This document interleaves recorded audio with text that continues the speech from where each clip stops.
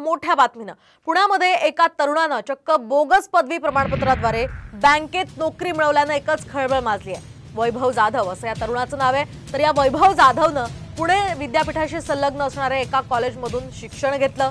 BCom उत्तीर्ण होत त्यानं पदवी सुद्धा मिळवली होती। मात्र त्याची गुणपत्रिका आणि पदवी प्रमाणपत्र आता बनावट असल्याचं उघडकीस आलंय। विशेष म्हणजे गेल्या 3 वर्षांपासून ठाण्याच्या एका बँकेत तो कार्यरत आहे आणि हा सगळा प्रकार उघड झाल्यानंतर पुण्याच्या चतुर्शृंगी पोलीस ठाण्यामध्ये त्याच्या विरोधात गुन्हा दाखल करण्यात आलेला आहे। त्यामुळे आता हे मोठं रॅकेट बोगस प्रमाणपत्र देणारं असल्याची सुद्धा शक्यता वर्तवली जाते। आपण पाहतोय अतिशय धक्कादायक बातमी आहे। पुण्यामधून एका तरुणानं बोगस पदवी प्रमाणपत्राद्वारे चक्क बँकेत नोकरी मिळवली आहे आणि त्यामुळे आता एकच खळबळ माजली आहे। वैभव जाधव असं या व्यक्तीचं नाव आहे। तर पुणे विद्यापीठाशी संलग्न असणाऱ्या एका कॉलेजमधून त्यानं शिक्षण घेतलं।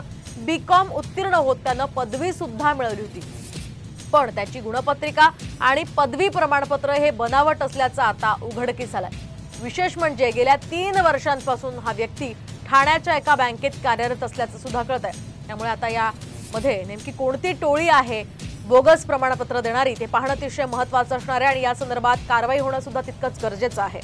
हा सगळा प्रकार उघड झाल्यानंतर पुण्याच्या चतुर्शृंगी पोलीस ठाण्यामध्ये गुन्हा दाखल करण्यात आलाय।